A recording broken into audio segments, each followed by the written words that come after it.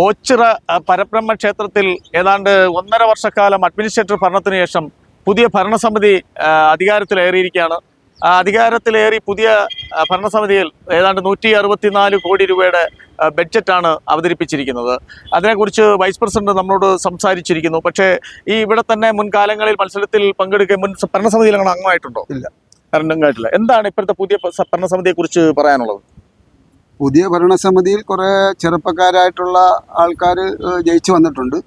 അവർ നല്ല കാര്യങ്ങളൊക്കെ ചെയ്യുമെന്നുള്ള പ്രതീക്ഷയാണ്. പക്ഷേ ഇത്രയും കാലം ഇവിടെ ഭരണം നടത്തിക്കൊണ്ടിരുന്ന പല പാനലുകളും ഭരിച്ചതിനെല്ലാത്തിനും വളരെയധികം തെറ്റുകുറ്റങ്ങൾ നടന്നിട്ടുണ്ട്. അത് ജനങ്ങൾ ഇപ്പോഴും അതിനെക്കുറിച്ച് ചർച്ചകൾ നടത്തിക്കൊണ്ടിരിക്കുക. തൊട്ട് മുമ്പ് അഡ്മിനിസ്ട്രേറ്റർ ഭരണത്തിന് തൊട്ട് മുമ്പായിട്ട് ഒരു 25 മാസം ഒരു ഭരണം നടന്ന് അതിൻ്റെ അഴിമതികളായിരുന്നു ഈ കഴിഞ്ഞ ഇലക്ഷനെ എടുത്തു കാണിച്ചുകൊണ്ട് നടന്നിരുന്നത്. അത് എല്ലാ അഴിമതികൾ എന്തൊക്കെയോ ഒരുപാട് അഴിമതികൾ നടന്നത് എടുത്തെടുത്ത് പറഞ്ഞുകൊണ്ട് നോട്ടീസ് വരെ അടിച്ച് പരസ്യം ചെയ്തുകൊണ്ടാണ് എതിർ പാനലുകാർ വോട്ട് പിടിച്ചത്. പക്ഷേ ഞങ്ങളിത് ചെയ്തിട്ടില്ലെന്ന് പറയാനോ അല്ലെങ്കിൽ അവരിത് ചെയ്തെന്ന് പറഞ്ഞ് വോട്ട് പിടിച്ചവർ ഇനി തുടർന്ന് ഈ ഭരണത്തിലിരിക്കുന്നവരും ഭരണത്തിലിരിക്കുന്നവരും അതിനകത്ത് ഇതിനകത്ത് അംഗങ്ങളുണ്ട്.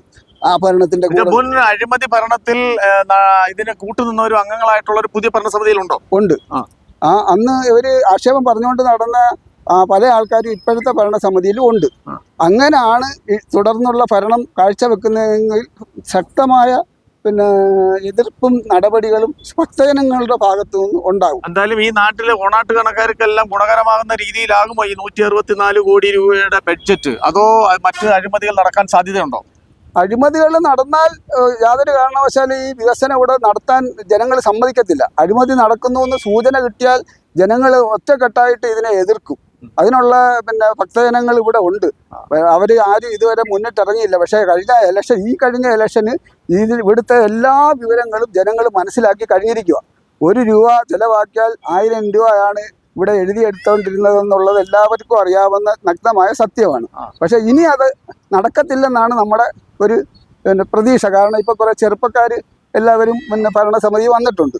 ഇനി അങ്ങനെ നേരായ മാർഗത്തിൽ കൂടാണോ ഈ ഓണാട്ടുകരയിലെ എല്ലാ കരകൾ 52 കരയിൽ നിന്നുള്ള ജനങ്ങളിൽ നിന്ന് വോട്ട് ഇവർ സംഘടിപ്പിച്ച് നേടി ജയിച്ചു വന്നത്?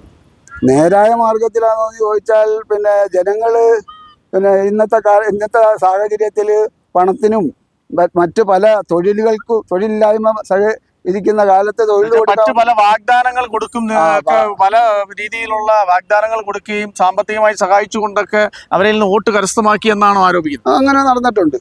വ്യക്തമായ തെളിവുകളും കാര്യങ്ങളും ഉണ്ട്. പക്ഷെ ഇനിയുള്ള എന്തായാലും അത്തരത്തിൽ ഏത് തരത്തിൽ കൂടിയാലും ഭരണസമിതിയിൽ എത്തിപ്പെട്ടു കഴിഞ്ഞു, ഭരണം തുടങ്ങിക്കഴിഞ്ഞു. അപ്പോൾ അത് വന്നത് നിങ്ങളെല്ലാം ക്ഷമിക്കാൻ തയ്യാറാണ്. പക്ഷെ ഇനി വരുന്ന ഭരണം സുതാര്യമായിട്ട് ഓണാട്ടുകരക്കാർക്കും ഓച്ചിറക്കാർക്കും ക്ഷേത്രത്തിൽ വരുന്ന കാണിക്കയായിട്ടുള്ള പണങ്ങൾ അത് നല്ല രീതിയിൽ ഭക്തജനങ്ങൾക്ക് വേണ്ടി ഉപയോഗിക്കും എന്നാണ് നിങ്ങളുടെയൊക്കെ വിശ്വാസം? അങ്ങനെ ഉപയോഗിക്കണമെന്നാണ് പറയുന്നത്.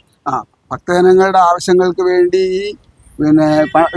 ഈ ക്ഷേത്രത്തിൽ വീഴുന്ന പണം ഇവിടുത്തെ ഭക്തജനങ്ങൾക്ക് വേണ്ടി തന്നെ വിനിയോഗിക്കുക, ഈ ക്ഷേത്രത്തിന്റെ ഉന്നമനത്തിന് വേണ്ടിയും ഉപയോഗിക്കുകയാണെന്നുണ്ടെങ്കിൽ എല്ലാവരും അതിന് സൈഡ് നിൽക്കും, ഞങ്ങളെല്ലാവരും. അതല്ല, കഴിഞ്ഞ ഒരു 25 മാസം ഇവിടെ ഭരിച്ച ഒരു ഭരണസമിതിയുണ്ട്. ആ ഭരണസമിതിയൊക്കെ ചെയ്ത ഇതുപോലുള്ള അഴിമതികളാണ് ഇവിടെ ചെയ്യുന്നതെങ്കിൽ അതിനൊന്നും ഈ ജനങ്ങൾ അംഗീകരിച്ചു കൊടുക്കത്തില്ല. അതിനുള്ള അവസരവും ഉണ്ടാക്കി കൊടുക്കത്തില്ല. കേരളത്തിലെ മലയാളികൾ എവിടെ ഉണ്ടോ അവർക്കെല്ലാം അറിയാവുന്ന ഒരു ക്ഷേത്രമാണ് ഓച്ചിറ പരബ്രഹ്മ ക്ഷേത്രം. വളരെ വിശ്വാസമുള്ള, ശക്തിയുള്ള, അമ്പലമില്ലാത്ത ഒരു മഹാക്ഷേത്രമാണ് ഓച്ചിറ പരബ്രഹ്മ ക്ഷേത്രം. ആ ക്ഷേത്രത്തെ മുൻകാലങ്ങളിൽ ഏതാണ്ട് 25 മാസത്തോളം ഒരു അധികാരവും ഇല്ലാത്തവർ ഭരണം നടത്തുകയും നിരവധി അഴിമതിയിൽ ആരോപണം ഉന്നയിക്കുകയൊക്കെ ചെയ്തിട്ടുണ്ട്. പക്ഷേ ഇപ്പോൾ റിട്ടയർഡ് ആയിട്ടുള്ള ഹൈക്കോടതി ജഡ്ജിയുടെ നേതൃത്വത്തിൽ ഇവിടെ അഡ്മിനിസ്ട്രേറ്റീവ് ഭരണം നൽകിയ അദ്ദേഹത്തിന്റെ നേതൃത്വത്തിൽ തന്നെ ഒരു നല്ല ഒരു തെരഞ്ഞെടുപ്പ് നടത്തി പുതിയ ഭരണസമിതി ഓച്ചിറയിൽ വന്നിരിക്കുകയാണ്.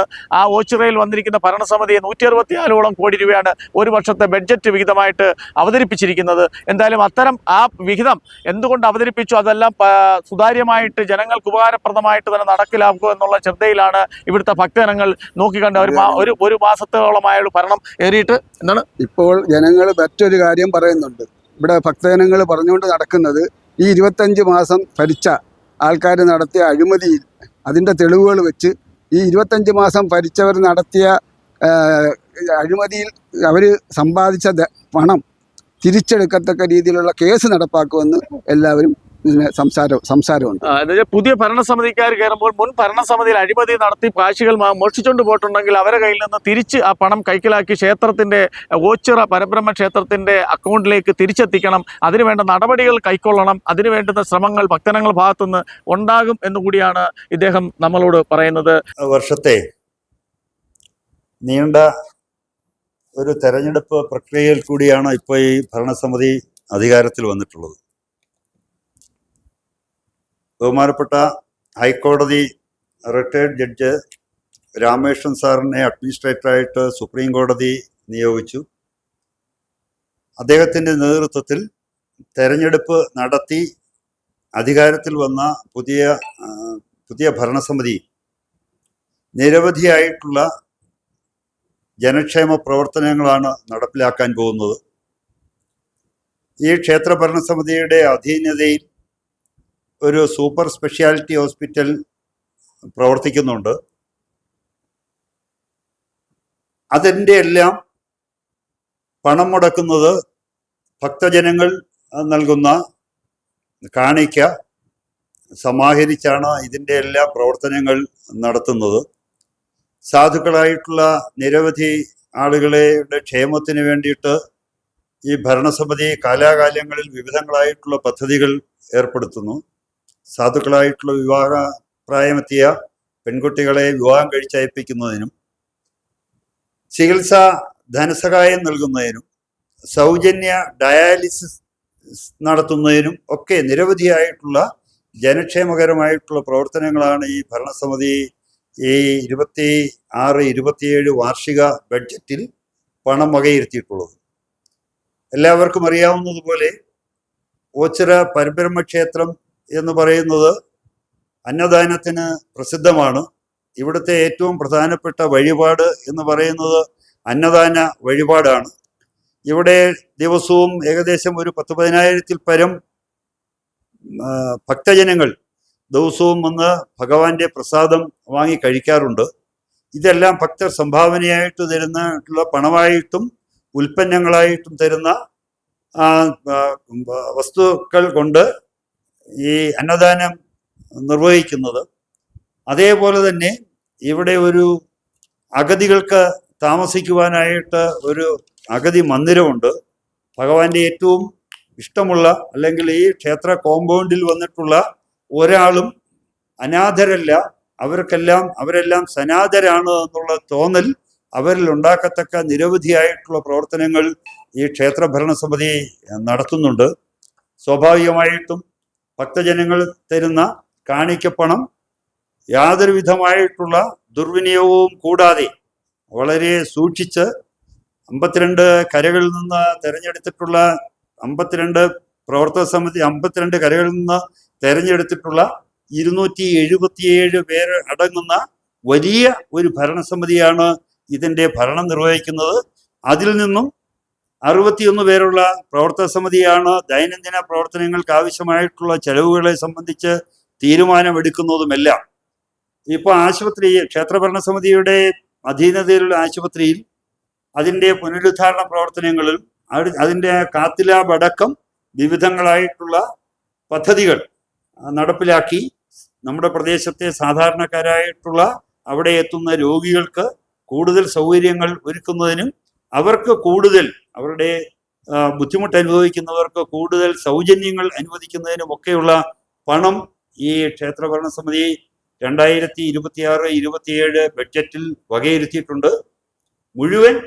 ഈ പ്രദേശത്തെ മുഴുവൻ ഹൈന്ദവ ഭക്തരുടെയും താല്പര്യമനുസരിച്ച് അവരുടെ ഇഷ്ടമനുസരിച്ച് അവരുടെ വിശ്വാസത്തിൽ അധിഷ്ഠിതമായിട്ടാണ് ഈ ക്ഷേത്ര ഭരണസമിതി ഭരണകാര്യങ്ങളിലെല്ലാം ഇടപെടുകയും ഈ ക്ഷേത്രത്തിൻ്റെ വിവിധങ്ങളായിട്ടുള്ള പദ്ധതികൾ നടപ്പിലാക്കുകയും ഒക്കെ ചെയ്യുന്നത്. സ്വാഭാവികമായിട്ടും ക്ഷേത്രമെന്ന് പറയുന്നത് ആരാധനയ്ക്ക് മാത്രമുള്ള സ്ഥലമല്ല. അവിടെ സാധാരണക്കാരനെ ബുദ്ധിമുട്ട് അനുഭവിക്കുന്നവനെ സഹായിക്കാനുള്ള ഒരു കേന്ദ്രമായിട്ട് മാറണം ഈ ക്ഷേത്ര സങ്കേതം എന്നുള്ള ഒരു ചിന്താഗതിയോടുകൂടിയാണ് ഇപ്പോൾ ഈ ഭരണസമിതി മുന്നോട്ട് പോകുന്നത്. അത്തരം ആളുകളെ എല്ലാം ചേർത്ത് പിടിച്ചുകൊണ്ട് ബുദ്ധിമുട്ട് അനുഭവിക്കുന്നവരെയൊക്കെ ചേർത്ത് പിടിച്ചുകൊണ്ടും അതേപോലെ തന്നെ സുമനസ്സുകൾ ധാരാളമായിട്ടുള്ള സുമനസ്സുകൾ ഇത്തരം ക്ഷേത്രങ്ങളിൽ ഇത്തരം ദുരിതം അനുഭവിക്കുന്നവരെ സഹായിക്കുന്നതിനും അവർക്ക് സേവനങ്ങൾ നൽകുന്നതിനുമൊക്കെ നിരവധിയായിട്ടുള്ള സുമനസ്സുകൾ തയ്യാറായി വന്നിട്ടുണ്ട്. ഇവിടെ മംഗല്യ നിധി എന്ന് പറയുന്ന ഒരു നിധി നമ്മൾ രൂപീകരിച്ചിട്ടുണ്ട്. ആ മംഗല്യ നിധിയിലേക്ക് ഈ നേരത്തെ പറഞ്ഞതുപോലെ പാവപ്പെട്ട പെൺകുട്ടികളെ വിവാഹം കഴിച്ചയക്കുന്നതിന് വേണ്ടിയിട്ട് മംഗല്യ നിധിയിലേക്ക് സംഭാവനയായിട്ട് ഉദാരമതികളായിട്ടുള്ളവർ വരുന്നുണ്ട്.